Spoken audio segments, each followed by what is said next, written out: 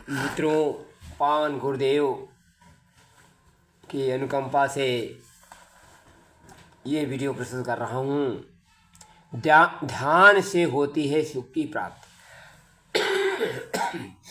ज्ञान, ध्यान और भक्ति और वैराग के अभ्यास से कोई भी साधक परम पद और परम सुख प्राप्त कर सकता है।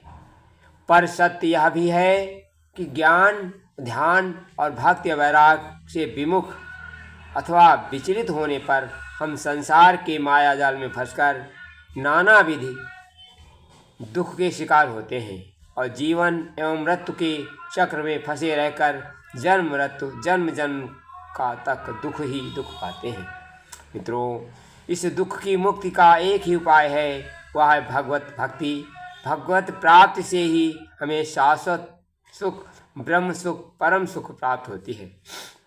हम कभी भी ज्ञान, ध्यान, वैराग्य और भक्ति से विमुख न हो, विचलित न हो। ज्ञान, ध्यान, भक्ति और वैराग्य के अभ्यास और प्रभाव से हम संसार में रहकर भी सांसारिक माया जाल से मुक्त होकर दैहिक, दैविक, भौतिक तापों से मुक्त हो सकते हैं। हम ज्ञान, ध्यान, भक्ति और वैराग के निरंतर अभ्यास से परम सुख प्राप्त कर सकते हैं। आध्यात्मिक सुख मिलना तो निश्चित है, अतः साधक हर दृष्टि से लाभ ही लाभ होता है। यह साधना के मार्ग पर चलते हुए हमें अपनी साधना का साधना का और ज्ञान का, वैराग का, भक्ति का अहंकार उठने लगे, तब ये समझना चाहिए कि हमारी साधना सही दिशा में नहीं चल रही है। मित्रों, साधक ध्यान, ज्ञान और भक्ति और वैराग को सही माने में अभ्यास करता है, तब धीरे धीरे उसकी आत्मा पर चढ़े अज्ञान, अविद्या, माया, अहंकार का आवरण मिटने लगता है।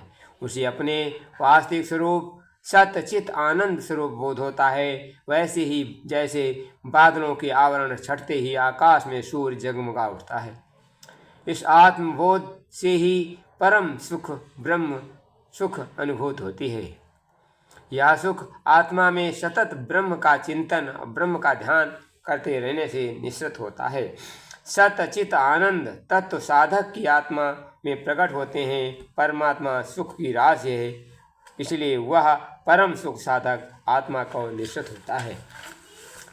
परम मित्रों, आत्मा के परमात्म तत्व ज्ञान प्रकट होते ही साधक को ये अनुभव होने लगता है कि मैं शरीर नहीं बल्कि सच्चिदानंद परमात्मा का अंश आत्मा हूँ। शरीर के मरने के या मारे जाने शरीर की मृत्यु होती है, मेरी नहीं। यह शरीर तो मेरी आत्मा का एक वस्त्र मात्र है। वह कर्म करता है, कामना रहित होकर कर्म करता है। वह मान, अपमान, सुख, दुख, हर्ष, विषाद आदि सब में समान बुद्धि वाला होकर कर्तव्य पथ पर काम करता है। निष्काम कर्म करता है, अनुभव होता है। वह सुख दुख दोनों ही परे हो जाता है। वह संपूर्ण कामनाओं को त्याग कर ममता रहित, अहंकार रहित, ईर्ष्या रहित विचरता है। ब्रह्म को प्राप्त होकर वह साधक, वह योगी कभी मोहित नहीं होता, कभी किसी व्यक्ति को आसक्त नहीं होता, कभी शुभ और बुरे और पाप कर्म में लिप्त नहीं होता है। वह संसार में रहकर संसार में निर्लिप्त हो रहता है, जैसे जल में रहते हुए कमल जल से निर्लिप्त रहता है। वह सदैव अपनी आत्मा में ब्रह्म का ध्यान करता है। वह अनुभव करता है, ब्राह्मी स्थिति में स्थित वह ब्रह्मानंद को प्राप्त करता है। जय पावन गुरुदेव की।